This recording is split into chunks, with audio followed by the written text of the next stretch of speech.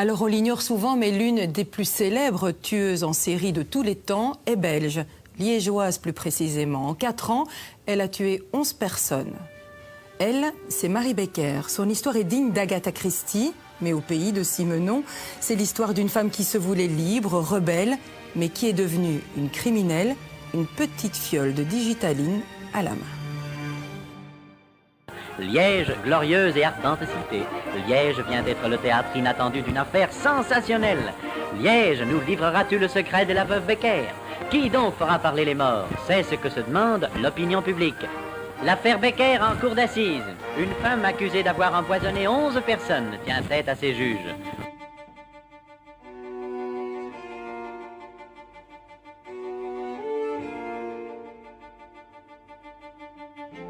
Marie Petitjean, veuve Becker. En 1936, cette femme défraye la chronique, à Liège d'abord, dans le monde entier ensuite.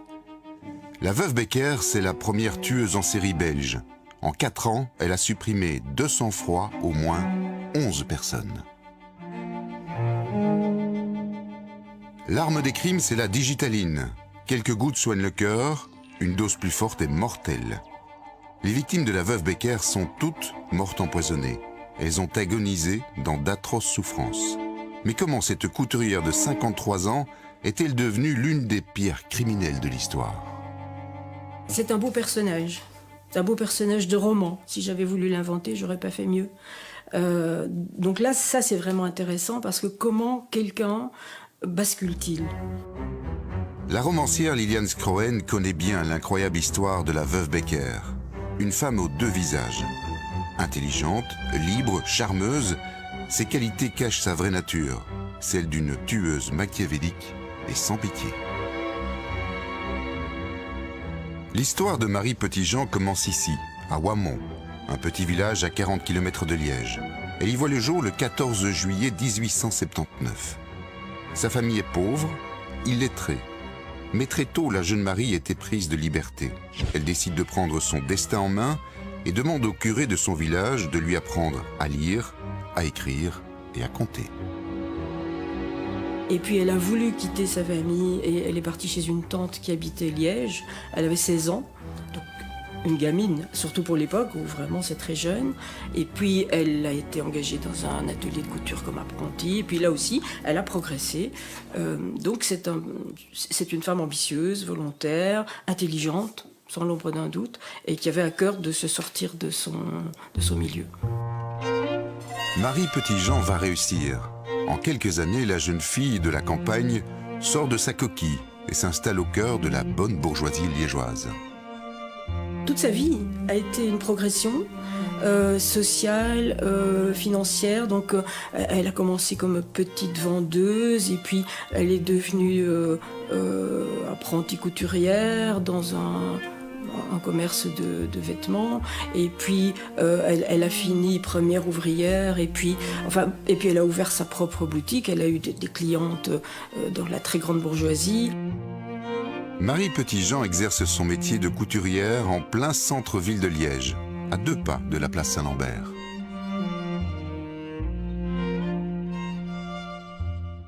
Aujourd'hui encore, ce quartier est celui des stylistes, des ateliers de couture, des modistes. Marie Petitjean va y vivre à 100 à l'heure, bien loin des carcans de son époque. Donc elle s'est mise à sortir et elle a découvert les cafés-concerts, la vie de la nuit. Il paraît qu'elle adorait danser. Son amant dirait, son jeune amant, le dernier, dira qu'elle était frénétique sur les pistes de danse autant qu'au lit. Donc elle était en effet libre de s'amuser. Donc elle s'est amusée en effet. Cette femme éprise de liberté va choisir à 27 ans de se marier. Elle épouse un certain Charles Becker. Les affaires vont bien, elle dirige son propre atelier de couture. Mais en 20 ans de mariage, elle ne change rien à ses habitudes. Elle reste une femme libre et scandaleuse, qui ne cache même pas sa relation avec son jeune amant. Et puis tout s'est écroulé au moment de la mort de son mari, à peu de choses près, qui a coïncidé avec une faillite, qui a coïncidé avec la possibilité d'entretenir, le désir d'entretenir un homme qui avait 20 ans de moins qu'elle. Et à ce moment-là, c'était la chute, et ça, elle n'a pas pu l'accepter, donc elle a trouvé d'autres moyens. La désormais veuve Becker a donc perdu son mari et son magasin. À 54 ans, pour gagner sa vie, elle devient dame de compagnie et garde-malade pour d'anciennes clientes. Mais cette activité ne rapporte pas assez pour continuer à sortir, faire la fête et entretenir son amant. C'est là, sans doute, que tout bascule. Marie Becker ne veut lâcher aucun de ses rêves. Elle commence à voler. Sa seule morale, c'est elle. Se construire, obtenir son plaisir, progresser dans la société, garder les acquis qu'elle a. Voilà, je pense que c'est ça sa morale, c'est moi-je, c'est tout. À cette époque, Marie Becker n'a plus de limite. Aveuglée par une soif d'argent incontrôlable, elle ira jusqu'à tuer ses patronnes. L'arme du crime, c'est la digitaline. Marie Becker achète des flacons de ce médicament dans différentes pharmacies liégeoises. La digitaline, c'est un extrait de plante utilisé pour soigner les problèmes cardiaques. Mais ce produit est aussi mortel. Une trop forte dose et il se transforme en un poison violent. Pour l'historien Benoît Hamé, l'empoisonnement est une manière typiquement féminine de tuer. Très naturellement, Marie Becker se rendait chez des femmes de la bourgeoisie liégeoise. Elle discutait, elle s'entendait bien avec elles.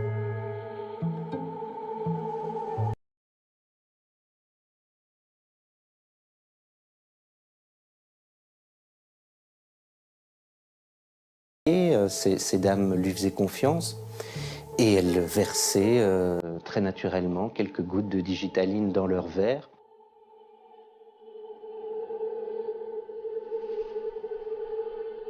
Donc, j'invite une amie chez moi ou je me rends chez elle, on va prendre une tasse de thé ensemble, il n'y a aucun problème.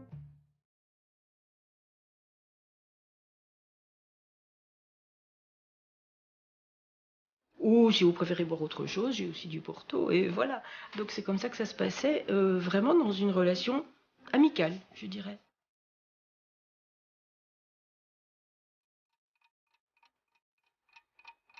Après l'empoisonnement, Marie Becker n'a plus qu'à attendre le bon moment pour dépouiller ses victimes. Il y avait toujours 2 jours, 3 jours entre le moment où elle avait administré le poison et le moment du décès. Donc l'agonie était longue et c'était une grosse indigestion, disons. Ça se présentait un peu comme ça. Et donc elle allait rendre visite. Et donc pendant ces 2-3 jours-là, elle avait tout à fait l'occasion de fouiller, de toucher, de prendre ce qui l'intéressait.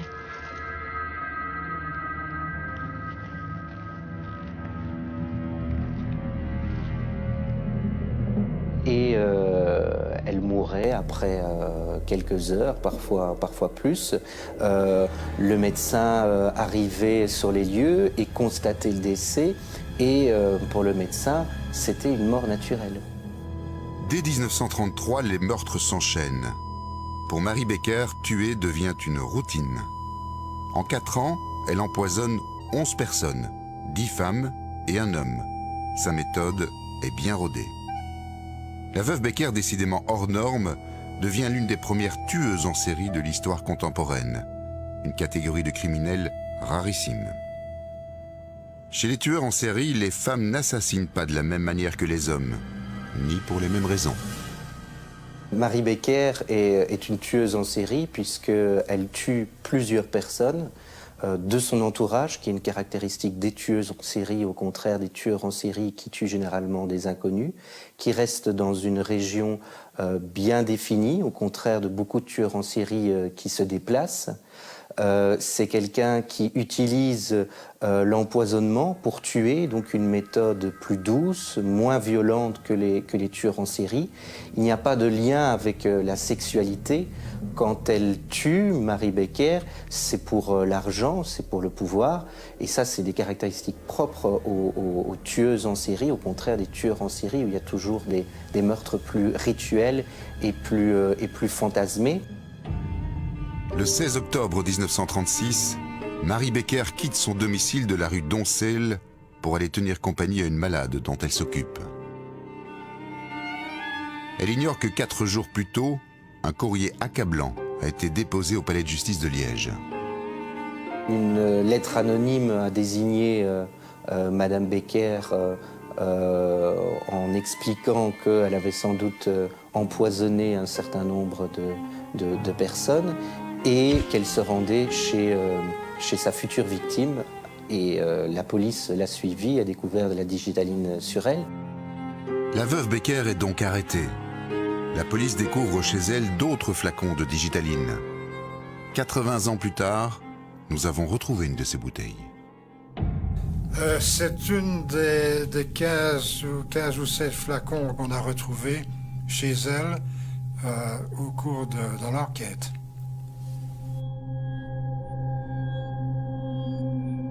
Donc, je suis le docteur Philippe Chevalier, fils unique de l'avocat Henri Chevalier, qui a défendu Marie Petitjean, veuve Becker, lors de son procès d'assises. Ce procès s'ouvre le 7 juin 1938 au palais de justice de Liège.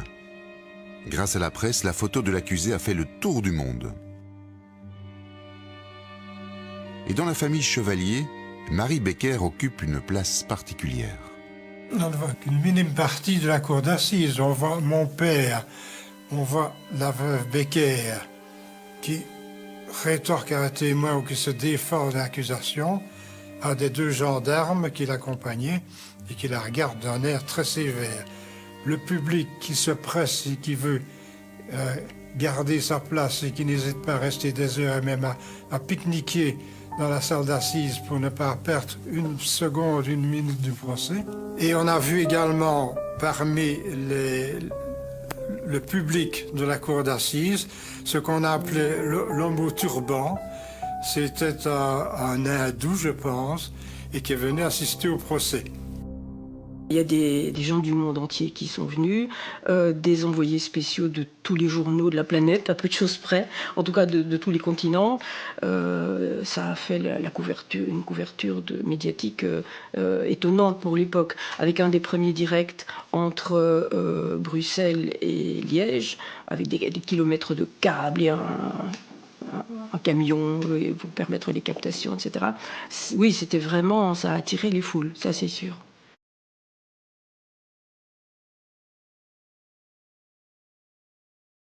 La voici. La voici, cette femme dont les juges attendent des aveux. Inconsciente, monstrueuse ou innocente, troublant mystère. Nous sommes en 1938. La cour et les jurés sont tous des hommes. Derrière ces deux avocats, la veuve Becker est une femme bien seule. L'audience va bientôt commencer. Nous voyons les jurés, hommes de bon sens, désignés pour la circonstance. Le sort de la veuve Becker dépendra d'eux. Ils auront à juger sans haine, sans crainte et selon leur conscience. Messieurs, prenez votre courage à deux mains. L'audience sera longue, vous en avez pour 4 semaines. La veuve Becker est-elle coupable? Messieurs les jurés, vous en déciderez. Devant cette assemblée exclusivement masculine, Marie Becker nie chacun des 11 assassinats qui lui sont reprochés. Elle s'est montrée tout à fait combative, intelligente, réfutant tout ce que les témoins ou le ministère public, tout ce dont on l'accusait, au point qu'à un moment donné, le président lui a dit « Mais enfin, madame, vous dites tout le temps, ce sont des mensonges, etc. Donc tous ces témoins mentent, l'avocat général ment, il n'y a que vous qui ne mentez pas. » Effectivement, monsieur le président, elle répond.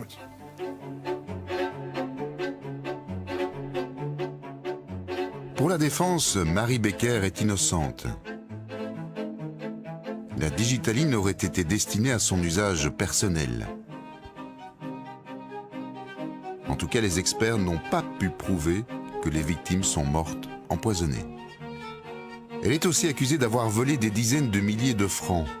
Mais pour se présenter aux assises, la veuve Becker n'aurait même pas eu de quoi s'acheter un chapeau. Au moment du procès, la veuve Becker étant pratiquement ruinée, ce qui était un argument de mon père pour dire qu'elle n'avait aucun mobile dans cette affaire, ma mère lui a prêté ou même donné son petit chapeau pour qu'elle soit présentable en cour d'assises. Henri Chevalier a plaidé 2 jours entiers et réclamé l'acquittement. Son éloquence n'a pas suffi à convaincre les jurés. Marie Becker a été condamnée à la peine de mort, qui n'était plus d'application matérielle, je dirais, donc détention à perpétuité.